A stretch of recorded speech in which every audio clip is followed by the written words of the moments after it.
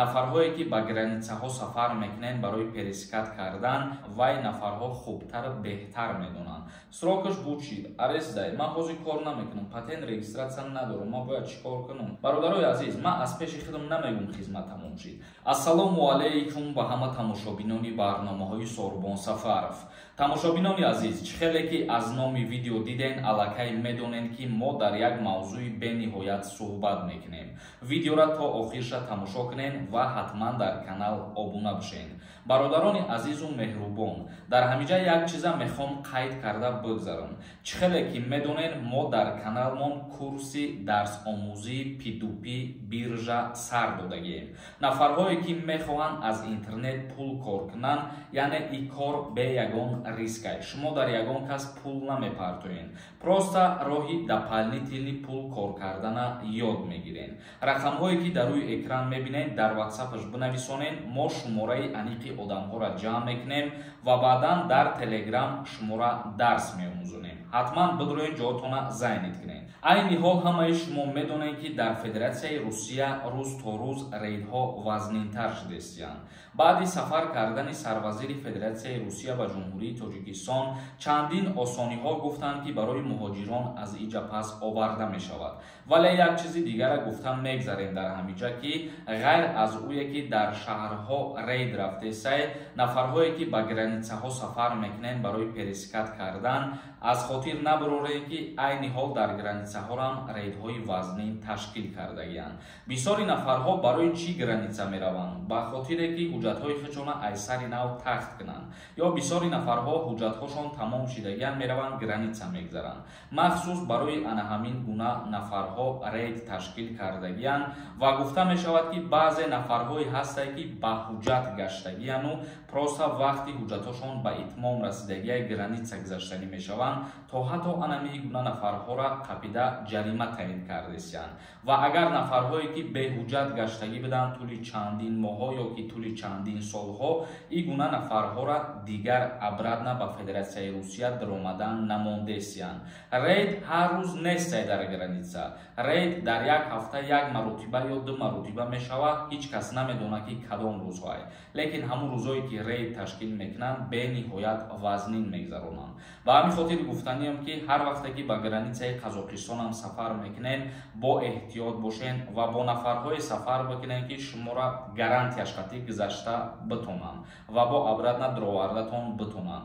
таксопаркора дар назар дорем. таксиҳое ки ба граница сафар мекунанд, одамои бовариноктон бошанд ва чандин нафарҳоро агар гузаронда бошанд, бо обратно дироварда бошанд, ба ана ҳамун гуна нафарҳо муроҷиат кунед, брен граница перескат кунед. вагарна айни ҳол медонед ки вазъияти муҳоҷирони тоҷик рӯз то рӯз бад шудааст дар Федератсияи Русия. аз ҳамин фурсат истифода бурда ба ҳамаи шумо як таксии границаро тавсия метиҳам. нафарҳое ки мехоҳем ба границаи Қазоқистон сафар кунед, рақамҳое ки дар рӯи экран мебинед, дар ҳамин рақамҳо занг бизанед, шуморо ба граница мебарад ва худо хоҳад бо соқи саломат меёратон. бародарони азиз, акнун комментарияҳоро хонда ба саволҳои шумо ҷавоб мегардонам. хоҳиш мекунам ки бо диққат то охирша тамошо кунед. азам ТВ нависонда 300 000 муборак Сорбон. худо аида зиёд кунад, миллион шем.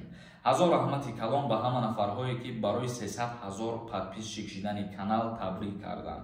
иншааллоҳ ба дастгирии шумо ва ба тамошо кардани шумо мо ба 1 миллионам мерасем. аз ҳаматон миннатдорам. азизов нависонда ассалому алайкум акаи Сорбон. ман аз Россия депорт шидагим. як шиносум дар сафорати Тоҷикистон дар Москва кор мекунад.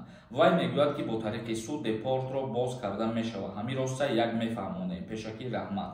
фаромӯш накунед, коргарои сафорати ҷумҳурии Тоҷикистон дар Москва ҳар чизеро ба шумо пешниҳод мекунанд ва ҳар чизеро ба шумо тавсия метиҳанд, вай нафарҳо хубтар беҳтар медонанд. вале мутобиқи қонунгузории Федератсияи Русияам ҳамин гуна мебошад.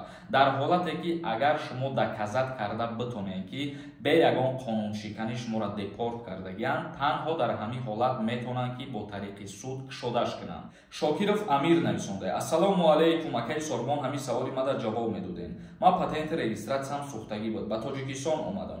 паспортум як ҳарфаш хато буд, алиш кардам, бо метавонам 3 моҳ нашида Россия бирам. Илтимос ҷавоб медодед ака, пешакӣ раҳмат. Агар ки ному фамилияи пештараитра депорт кардагӣ набошанд, запрет мондагӣ набошанд, бале бо метавонӣ обратно ба Русия сафар кунӣ. Вале бисёри нафарҳо меоянд паспортҳошона ба хотири иваз мекунанд ки ному фамилияра алиш карда ба ному фамилияи тоза вориди Россия бишаванд. Баҳромшон нависонда: ассалому алайкум ака, ягон қонуни нав оиди хизмат шид ё ин ки не? Айни ҳол ба маҷлиси намояндагони ҷумҳурии Тоҷикистон лоиҳа пешниҳод шудагиай, бояд дар қонунгузории ҷумҳурии Тоҷикистон оиди хизмати ҳарбӣ ва уҳдадориҳои ҳарбӣ тағйирот ва иловаҳо ворид карда шаванд. Вале чӣ тағйиротҳо ворид мекунанд, айни ҳол маълум нест. Чӣ? Муҳаммад Осимӣ нависонда: ассалому алайкум акаи Сорбон, мара қапидан 5000 штраф карданд. Бо видварени карданд, граница равон биён мешавад? Мутаассифона намешавад. Дар ҳолате ки видварения мекунанд, аз Россия берун биромадӣ дига дуромада наметонӣ, чунки видварени и запрет на въезд ба ҳисоб меравад. Ибодов нависонда: ассалому алайкум ака, дар мигратсиони работа нависондагим, студентский билет турӣ кардам, мешава ҳамиқатӣ бигардам. Айни ҳол бисёре аз шаҳрвандони хориҷӣ дар Россия ҳамин гуна кирдорҳоро истифода мебаранд, яъне барои патент нагирифтани аз студентский билет мекунанд, мегарданд. Шумо аз рӯи қонун ба назар бигиред, ҳамин чиза ман чандин бора мефаҳмонам, вале баъзе мардум намефаҳманд, мегӯянд ки мо студентский гирифтагием, гаштесем. бародарҷонои азизу меҳрубон, як чиза аз рӯи қонун хитон фикр кунед. Вақте ки шумо агар хонданӣ бирен Россия, шумо дар мигратсиони карта работа наменависонед, учоба қайд мекунед, вориди Россия мешавед. А дар ҳолате ки мигратсиони картаи шумо работа кардаги студентский билет дорен, и аллакай подозритель наметова. Дар ин ҳолат агар бигем хубтар тафтиш кунанд дар ҳамин рейдҳо, аллакай маълум мешавад ки шумо дар ҳақиқат донишҷӯ нестед. Саидов нависонда: брат, ман гражданини РФ ҳастам, временни регистратсия дорам. Агар Тоҷикистон равам, дар роҳ ягон проблема мешавад ё ин ки не? Нафарҳое ки временни регистратсия доранд, гражданини Россиян, яъне ки двойное гражданство доранд, ягон проблема намешавад барои аз Россия берун биромади и нафарҳо. Шукуров Муҳаммад нависонда: ассалому алайкум ака, ман кредит гирифтам, айзалатая корона, срокаш буд шид, арест дай, ман ҳозир кор намекунам, патент регистратсия надорам, ман бояд чӣ кор кунам? Дар ҳолате ки срок буд мешавад, арест кардагиян, дар ҳамин ҳолат бояд уҳдадор ҳасти ки пардохт кунӣ, чунки срок вақте ки буд мешавад, ӯ фоизаш зиёд шидан мегирад рӯз то рӯз. Барои ҳамин ҳар кредите ки шумо мегиред, ҳамин қачиза бидонед ки ӯ кредита ҳеҷ кас намебахшада шумо бояд ӯ пула пардохт кунед. Қурбонов нависонда: ассалому алайкум акаҷон, меган кадомеда кӯдакам дошта бошад, даъвати тирамоҳӣ ба хизмат даъват карда мешавад. Ҳақиқат дорад? Ҳозираш да ҳақиқат надорад, вале тағйирот ва иловаҳо ягон чи ворид шава, баъдан хотиррасон мекунем иншаллоҳ. Як каси дигар нависонда: ассалому алайкум ака, ҳамин праваи российский дар Тоҷикистон ба кор мерава ё ин ки не? Бале, праваи тоҷикӣ дар Россия ба кор мерава, праваи российский ҳам дар ҷумҳурии Тоҷикистон ба кор мерава, лекин барои кору фаъолият кардан не, бародар. Мирзоев нависонда: ассалому алайкум ака, ҳозир дани момент бирем хона аблава мехапа дар аэропорт? Не, ягон намуд аблава дар аэропорт вуҷуд надорад ҳозир. Орзубек нависонда: акаи Сорбон, ман як ака дорам, хона жидо, айма сардори хона кунам, хизмат мебарам ё не ака? Илтимос ҷавоб де ака. Дар ҳолате ки падару модарит кор мекунанд, қувваи корӣ доранд, дар ин ҳолат мутаассифона ту наметавонӣ хита сардори оила кунӣ. Ва дар ҳолате ки агар падару модарит қувваи кориро надошта бошанд, танҳо фарзанди калонӣ метавонад ки сардори оила ба қайд гирад. Як каси дигар нависонда: ака, шумо мегӯед хизмат тамом шида, лекин дар восе аблава ҳастай ку? Бародарои азиз, ман аз пеши худам намегӯям хизмат тамом шид. Вазорати мудофиаи ҷумҳурии Тоҷикистон официально ҳамин чиза эълон кард. Тамошобинони азиз, видеоро ҷамъбаст мекунем то наворҳои оянда. Худованд ҳамаи мо шуморо нигаҳбон бошад.